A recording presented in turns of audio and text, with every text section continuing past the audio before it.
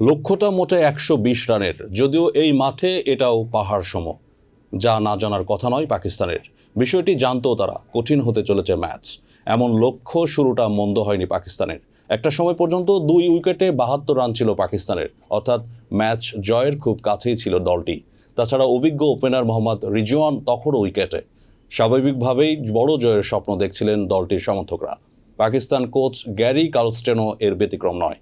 অথচ এরপর নাটকীয়ভাবে 6 রানে ম্যাচ হেরেছে পাকিস্তান। তাতে এখন অনেকটাই অনিশ্চিত দলটির সুপার 8-এ খেলা, যা বুঝতে পারছেন কার্লস্টেন। কিন্তু প্রশ্ন হলো, হঠাৎ করেই কেন বদলে গেল ম্যাচের দৃশ্যপট? পাকিস্তান ঠিক কী কারণে হেরে গেল, এমন প্রশ্ন ছিল দলটির কোচ কার্লস্টেনের কাছে, যার উত্তরে সঠিক সময়ে সঠিক সিদ্ধান্ত না নেওয়াকেই কারণ হিসেবে দায়ী করেছেন তিনি। ম্যাচ হারের পর কার্লস্টেন বলেন, আমি জানতাম 120 রান সহজ টার্গেট হতে যাচ্ছে না, কারণ ভারত যদি 120 রান করে তার মানে এটা সহজ নয়। কিন্তু আমরা একটা সময় 2 উইকেটে 72 ছিলাম, তখনও 6 থেকে 7 ওভার বাকি। কাজেই সেখান থেকে আমরা নিজেদের যেই অবস্থানে নিয়ে এসেছি, এটা হতাশাজনক।